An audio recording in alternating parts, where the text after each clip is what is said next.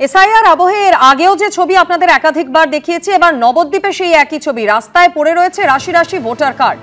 একই নামে বাড়িতেই ভোটার কার্ড থাকার দাবি করছেন স্থানীয়রা। তাহলে কিভাবে একই নামে ভোটার কার্ড রাস্তায় পড়ে রয়েছে?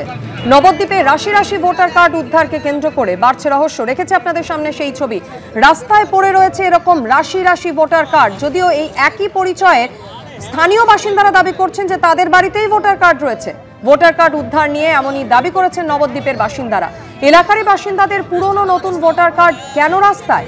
ভোটার তালিকায় কারচুপি, এসআইআর এর ভয়ে কার্ড রাস্তায়, এমনটাই দাবি বিজেপি। নজর ঘোরাতে বিরোধীদের চক্রান্তও হতে পারে, তদন্ত করুক কমিশন। নবদ্বীপের প্রতাপনগরে অসংখ্য ভোটার কার্ড উদ্ধার নিয়ে পাল্টা তৃণমূল কংগ্রেস। কিছু লোকে দেখলাম যে একই বাড়ির 4-5টা কার্ড রয়েছে, তাদেরকে ফোন করে জানা গেল তার কার্ডটা তার বাড়িতে রক্ষিত আছে।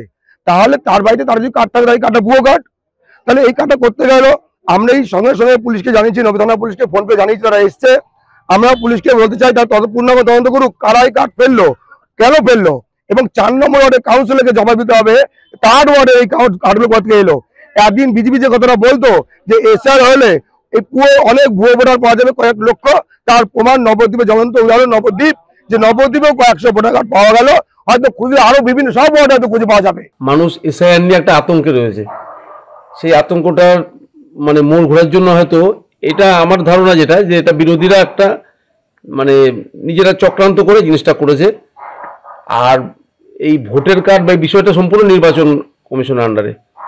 তবুও আমি একজন কাউন্সিলর হিসেবে বলবো এর পূর্ণ তদন্ত করা হোক।